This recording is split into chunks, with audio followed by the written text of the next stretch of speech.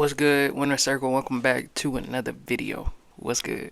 Today, I'm going to be reading some spooky Reddit stories from r/no sleep. So before we get started, make sure you go get you some popcorn, some snacks, some drinks, get you a blanket, snuggle up under it, because it's going to get pretty scary in here, you guys. So let's do it. Something has been following me since I was a kid, and it still hasn't stopped. By Open737. I don't know where to begin. This isn't a single story. It's years of things I can't explain, and I'm writing it here because I don't know who else would even believe me. The first time I noticed it, I was 9. My parents had just moved us into an old house outside San Antonio. It was nothing creepy at first glance, just an aging 2-story with creaky stairs and a backyard full of oak trees. But a week after moving in, I started waking up at exactly 3:17 a.m. every night. Always 3:17. No sound, no nightmare. I just snap awake, heart racing, and feel like someone was standing in the corner of my room. When I told my mom, she laughed and said it was just the settling house noises. But one night, when I got up the courage to look, I swear I saw the outline of a tall figure in the corner, perfectly still, just watching. That house was the beginning. Over the next few years, little things kept happening. My toys would end up lying neatly along the floor when I hadn't touched them. Sometimes the basement light would be on when no one had gone down there. My dad got so mad, he actually removed the bulb. But 2 nights later, the basement glowed faintly again, like the light was back, even though the fixture was empty. When we moved when I was 14, I thought leaving the house meant leaving whatever it was behind, but I was wrong. In our new place in Houston, it started small again. I'd hear someone whisper my name just as I was falling asleep. Not a dream, clear, right in my ear. My younger sister once asked me why I was standing outside her bedroom at night. I hadn't been. At 17, I was sleeping one night when I woke to the sound of my desk chair rolling across the floor. No one was there, just the chair, moving like someone had shoved it and stopping right next to my bed. In college, I tried to ignore it, but my roommates started noticing things. My laptop would turn on in the middle of the night. They swore they saw someone walk past our open door when I was the only one home. Now, I'm 27. Different city, different apartment. It still hasn't stopped. Last year, I installed a baby monitor in my living room after adopting a dog, just to check on him while I was out. One night, I opened the app and saw the camera feed. My dog was staring at the corner of the room, hackles raised, teeth bared, and just for a second, there was something there. Tall, too tall, blacker than the shadows. The feed glitched out immediately. The worst part, last week, up at 3:17 a.m. again. After years of it being random, the exact time is back, and I swear I heard breathing just inches from my ear. I don't know what this thing is. I don't know what it wants, but I do know one thing. It doesn't matter where I go. It always finds me. And I'm terrified that one day it's going to stop just watching. Hey man, it sounds like you need a cleanse. You need some sage. I don't know if this is a he, she, we, they, them. I don't know who it is, but listen, you need the sage.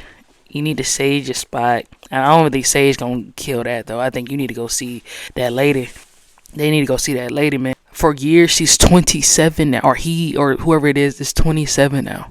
That's years of torment and just watching. Now, some people might be like, "Oh, that's like a guardian angel." It don't sound like it. A guardian angel wouldn't be standing there in the corner, a black figure just staring at you. That's not a guardian angel. That is a fucking demon. My upstairs neighbor is copying my every move. By Casimir_Black. I moved into a new apartment a few weeks ago. The rent was manageable and the place itself was pretty nice. When I first talked to the landlord, I asked him about the other tenants. He told me that the only one of note was the woman who lived in the apartment above mine. He described her as a hermit. Apparently, no one had actually seen her in years, and her rent was being paid through an inheritance. I jokingly asked if she was actually alive or not. The landlord got a kick out of that, but he assured me that she was. At the time, I didn't really think much of it. In fact, a quiet upstairs neighbor sounded pretty nice. Unfortunately, I didn't know what I was in for. The day after I moved in, I was in the kitchen cooking dinner when I heard some footsteps above me. All the apartments in my building have the same floor plan. What this means is that my apartment layout is exactly the same as hers. My kitchen is directly below her kitchen. That the same goes for the bathroom, bedroom, hallway, etc. A few seconds after I left the kitchen, when I was about halfway down the hall, I heard footsteps again. When I went into my room and grabbed my phone off the bed, she stopped right above me. What's the big deal, right? She was just walking to her bedroom at the same time I was. Well, here's the thing. When I walked out of my bedroom and headed back towards the kitchen, so did she. I could distinctly hear her lumbering steps as I made my way down the hall and into the kitchen. I stopped in front of the stove, and a few seconds later, so did she. Speaking of her footsteps, they sounded wrong. They were heavy and a bit labored, as if the simple act of walking was difficult. As the ground beef sizzled in the pan, I decided to test something out. I quickly walked out of my kitchen and into the living room, stopping in front of my couch. After a couple of seconds, she walked out of her kitchen, followed my exact path, and stopped directly above me. I left my living room and walked over to my front door. Sure enough, so did she. I walked the entire length of my apartment a few times, stopping at one end to let her catch up, and then walking back down to the other. Somehow, she always knew exactly where I was, and for some reason, she was obsessed with being in the same spot. How are you doing that? I whispered to myself, staring at the ceiling in disbelief. Before I could test her further, the smell of smoke began to fill my apartment as my dinner burned on the stove. As I raced back into the kitchen, she tailed closely behind. It continued on like that for a few days, all day, every day. Anytime I was in my apartment, she would follow me from room to room. I racked my brain trying to figure out how she knew exactly where I was at all times. I even pressed my ear to my floor to see if I could hear the people below me, but the floors were thick enough that I couldn't pinpoint their exact position.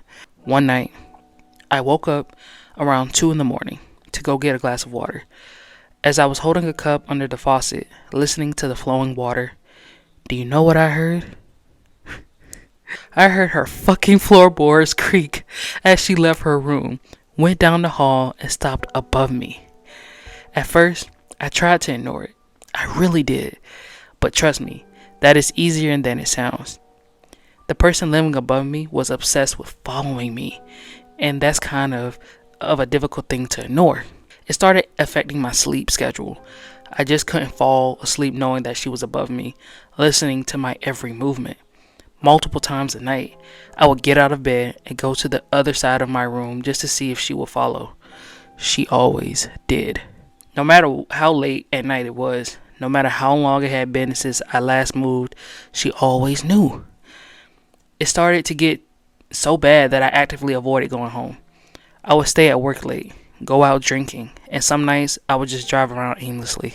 You want to know what? Another weird thing? I never heard anything else from her apartment. No running water, no fridge opening, no furniture being moved, The only sound that she ever made was when she would follow me. One day, when I had a friend over for dinner, I told him what was going on. At first, he didn't believe me. He thought I was just being paranoid. So I decided to show him. I stood up from the table and walked to the other end of the living room. Without fail, my neighbor followed along. I moved around a bit more, and every time she tailed along. How's she doing that? My friend asked. Like, how does she know where you are? She must just have really good hearing or something. I sighed. Wait, I have an idea, he said, walking over to where I was standing. We both stood there in the complete silence before my friend walked down the hall. My neighbor didn't move. He came back to my position and silently gestured for me to move. I headed down the hall and my neighbor followed. When I walked back into the living room, my friend was pale as a ghost. Dude, he said, she isn't following the sound of footsteps. She's following you. We tested this out 4 more times. Without saying anything, we both walked in opposite directions. Every time, my neighbor chose me. She didn't follow him a single time. It was always me. My friend offered to let me stay the night, but I declined. I was sick of being scared in my own home.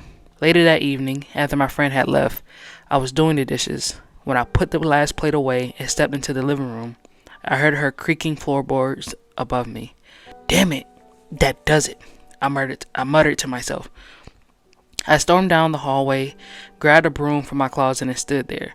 Once I heard my neighbor reach my position, I struck the ceiling with the end of the handle 3 times. Then she responded. Loud stumps reverberated through the ceiling. I was so startled I nearly dropped the broom. It was as if she was hurling her entire body against the floor again and again. Each slam came faster, harder, like she was trying to break through the ceiling and punish me. Jesus fucking Christ, I yelled. Stop, for God's sake, stop! To my surprise, she actually did. The loud thuds came to an abrupt end, leaving me in silence. I collapsed against my wall and sank down to my knees, trying to calm my racing pulse. Later that evening, I was tossing and turning in bed, as usual. I desperately wanted to step outside and smoke a cigarette, but I knew that if I go up, I would have to listen to her follow me. After debating in my head for nearly 20 minutes, my nicotine addiction won out over my fear. I got dressed, grabbed my keys, my phone, and stepped out into the hall, not even bothering to turn on the lights. As I made my way down the dark hallway, I noticed something, or rather the absence of something. There were no footsteps above me. I walked up and down the hall a few times, and there was still nothing. For a moment, I was overjoyed, but then I spotted something that had my heart race. My front door was open. Just a crack, but it was open. Hall light spilled through the tiny gap and partially illuminated my living room. As I approached it, I saw that the little chain lock had been snapped clean off. My breathing became unsteady as I approached the door, lightly testing every step. And that's when I heard something that made my stomach churn. A giggle. It was faint, but it was there. The unmistakable sound of a woman giggling. And it was from my bedroom. I slowly turned around and stood by the door, peering down the unlit hallway I had just come from. My breathing hitched when I saw it. Something slowly leaned out of my bedroom doorway. It was so dark that I couldn't make out any features. All I could see was the vague shape of a human head with long, stringy hair. I couldn't move. I just stood frozen, mouth open like an idiot. The figure giggled again, its voice echoing through the hall. Its weight shifted, and the floorboards creaked beneath it as it stepped out of my bedroom. That's when my fight or flight response finally activated. I threw my front door the rest of the way open and sprinted out of my apartment. I raced down the stairs and burst outside. The warm summer night made me sweat as I ran towards my car. Crickets chirped faintly beneath the sound of my heavy breathing as I got inside and locked the doors. As I turned my keys in the ignition, I looked through the windshield and up at my bedroom window. Something was pushing the blinds aside, looking back at me. I don't think I've ever driven so fast in my life. I peeled out of the parking lot and sped down the road, constantly checking my rearview mirrors. Once I got far enough, I pulled off to the side of the road and called the cops.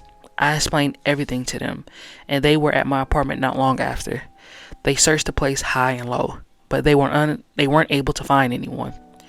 They said that someone definitely broke in, but aside from the destroyed lock, it didn't look like they tampered with anything else. They knocked on my neighbor's door to try and ask her a few questions, but no one answered. Apparently, her behavior wasn't enough to convince the cops that she was the one who broke in.